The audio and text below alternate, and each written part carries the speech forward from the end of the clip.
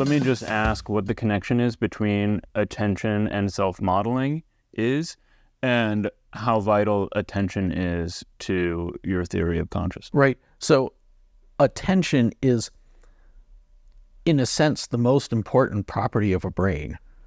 And people tend to sort of skip over it because we have a very colloquial notion of what attention is.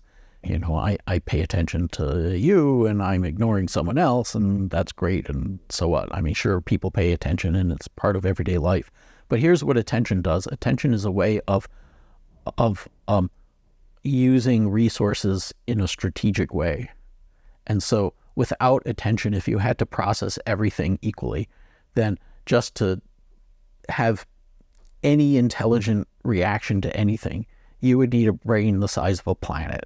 You know, the loss of efficiency would be incredible. You can't process everything equally in great depth and come up with intelligent connections, integrations, and strategies for everything. So you got to have attention. You got to have a way of winnowing things down, figuring out what's the most important items of the moment and what's the most important ways of thinking about it at the moment. That's what attention is. It's deep selective processing, and it is the reason why we're intelligent with, you know, brains the size that we have.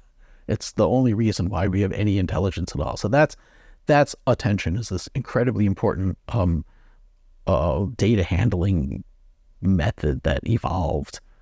And the particular kind of attention that I'm most interested in evolved in the cortex, the cerebral cortex. So it's a very special cortical style attention. And you see it in animals with cortex. You see it in animals with homologs of the cortex. So birds have a brain structure which is evolutionarily derived from the same underlying structure. In birds, it's called the wulst. In mammals, it turned into the cortex, but it evolved from the same underlying structure. And so this is a key part of the work that we do, of the theory that we're building. So that's what attention is.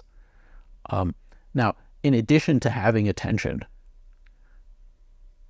the brain also builds essentially a concept of what attention is. So it's not just using it. It also knows it's using it, and it has some concept of what it's doing. And that concept, like I have said already, the brain's models are always inaccurate. They're useful, they're schematic, they're simplified. And it's that bundle of information, that self-description, that we think leads people to start saying, well, I have this inner essence, this experiential component. And what they're really doing is giving a schematic, somewhat detailed, poor account of attention. So you're looking for animals that have this really sophisticated cortical style attention and this internal descriptive and predictive model of attention.